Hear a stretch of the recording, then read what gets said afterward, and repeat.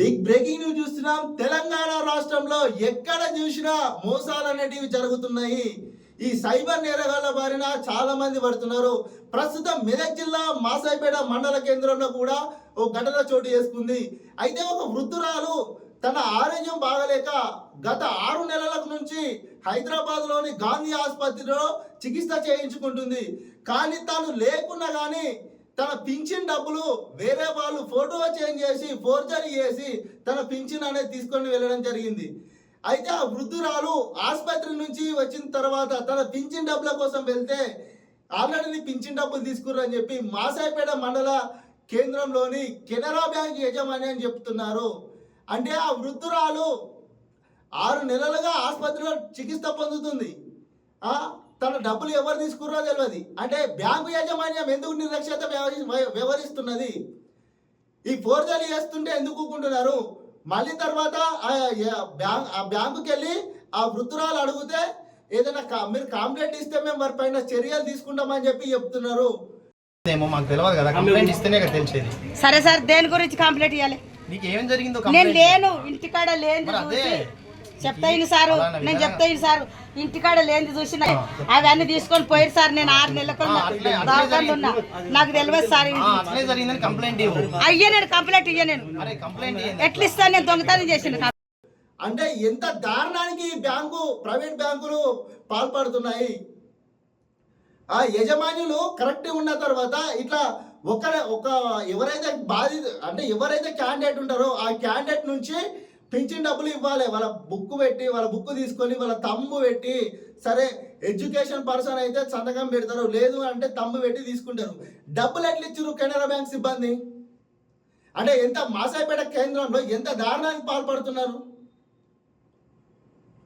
దీనిపైన ఆ వృద్ధురాలు నాకు న్యాయం జరగాలని చెప్పి బ్యాంకు ముందటనే బైఠాయించి తను కన్నీరు మున్నీరు అవుతున్నది. అంటే వృద్ధులకు ఈదా చేసే పని. ఎంత తిప్పలతోని తాను బ్యాంకు ముందరికి పోయి బ్యాంకులకు వెళ్తే నా డబ్బులు లేవు అని చెప్పేసరికి తను అసలు ఏం చేయలేని దిక్కుదీన స్థితిలో ఉన్నది. మనం విజువల్స్లో చూస్తుంటాం, విజువల్స్లో చూడండి కనిపిస్తుంది. బ్యాంకు ముందట రోడ్డు పైన పడుకోనేమే కనిపిస్తున్నది. అంటే ఎంత దారుణానికి ఈ బ్యాంకు యాజమాన్యం ఒడిగడుతున్నది. అదే పెద్ద పెద్ద వాళ్ళు వస్తే బ్యాంకులల్లో కూర్చునబెట్టి ఏసీలలో ఛాయ్ తెప్పించి ఆయిపిస్తారు ఈ బ్యాంకు మేనేజర్లు.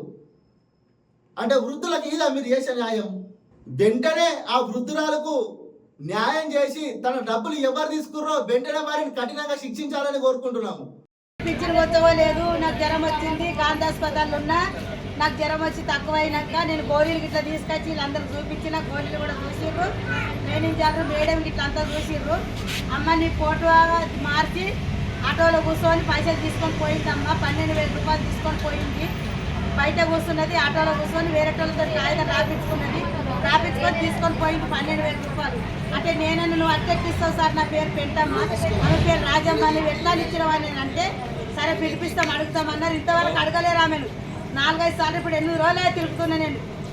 అదే దసరా చేసుకొని తిరుగుతున్నా కానీ ₹1 ఇస్తలేరు వీళ్ళు ఇస్తలేరు. కేసు పెట్టమంటే నేను ఎందుకు పెడతా? దొంగతనం వీళ్ళు పైసలు ఇచ్చిన వాళ్ళు నేను ఎందుకు కేసు పెడతా? ఇది బ్యాంకు కాదా? ఎట్లు ఇస్తారు పింఛని? వేరేటోళ్ళ పేరు మీద ఇంకోళ్ళకి ఎట్లు ఇస్తారు? నా పేరు పెంటమ్మ, మీ పేరు రాజమ్మ, నా పింఛని ఆమెకి ఎట్లు ఇస్తారు? వీళ్ళు దొంగలు కాకపోతే దొరలా ఎట్లు ఇస్తారు నా పైసలు? 12,000 రూపాయలు. నా పానం బాగలేక గాంధీకి పోయినా, గాంధీలో ఉన్న నేను మెల్లగా తీసుకుంటే పైసలు యాడికి బ్యాంకులు ఉంటే అది ఎన్ని రోజులకున్నా ఇస్తారు అని నేను సప్లై పోకున్నా. పానం మంచిగా అయినాక నేను వచ్చే వరకల్లా ఇంకా నీ బుక్ మీద వేరే ఆమె వచ్చేయిందని చెప్పారు.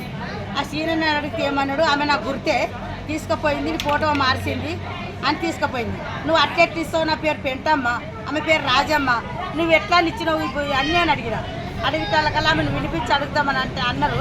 ఇంతవరకు ఆమెను వినిపించలేరు, అడగలేరు. 18-15 రోజులైనా తిరగబట్టి ఈ పైసల గురించి కిమస్తలేరు. ఈ సార్లు అడుగుతలేరు, దొంగతనాన్ని ఇచ్చిర్రు, సప్పుడే కూకున్నారు. ₹1 నాకు ఇస్తలేరు వీళ్ళు. ఈ సార్లు ఇది దొంగతనం కాకపోతే దొరతనం అయితే నన్ను కేసు పెట్టమంటే నేను ఎందుకు పెడతా? బ్యాంకులో దొంగతనాన్ని ఇచ్చిన పైసలు నేను కేసు ఎందుకు పెడతా? నేను కేసు పెట్టా. ఈడ ధర్నా చేయమంటే కూడా చేస్తాను నేను అందరు దొరకచ్చు.